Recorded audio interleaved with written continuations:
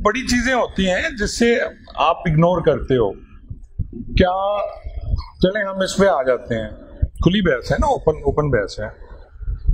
क्या जनरल जियाउल को नहीं पता था कि थाने पे पैसे चलते हैं? उसके बाद सबसे तगड़ा मार्शला था ना जनरल जिया का, क्या नवाज शरीफ साहब को नहीं पता था पैसे चलते हैं? क्या भुट्टो साहब को नहीं पता था थाने पे पैसे चलते हैं, फंड्स कहाँ जाते हैं थानों के? क्या उसके बाद परवेज मुशर्रफ का मार्शल लॉ नहीं पता था थाने कैसे चलते हैं? सबको पता है।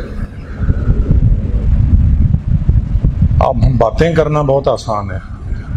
मैं आज भी कहता हूं कि कोई ना हुकूमत इस महकमे को ठीक करना चाहती है, ना ये अफसरान करना चाह रहे हैं। हुकूमत इसलिए नहीं करना चाह रही कि अगर SHO MPA के हाथ से निकल गया तो वोट कैसे लेगा? और अगर आपको पता है सब इंस्पेक्टर SHO क्यों लगाया जाता है?